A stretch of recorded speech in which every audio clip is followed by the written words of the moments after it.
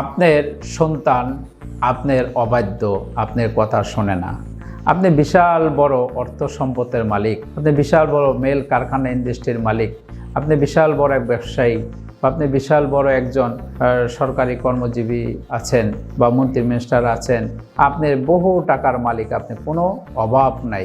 এখন অভাব শুধু এক জায়গায়, কোথায়? আপনার সন্তানের কাছে আপনার অভাব।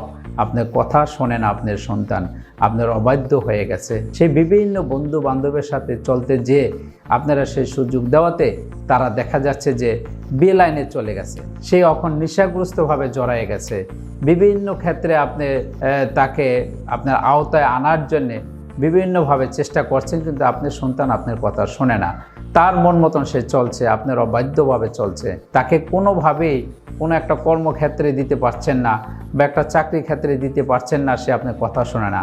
তার বিয়ের বয়স হয়ে যাচ্ছে, বিয়ে করার সময় হয়ে যাচ্ছে, কিন্তু সে বিয়েও করতে পারতেছে না, কোনো মেয়েও তাকে দিচ্ছে না, আপনিও বিয়ে করাইতে পারছেন না, কারণ আপনার সন্তান আপনার অবাধ্য।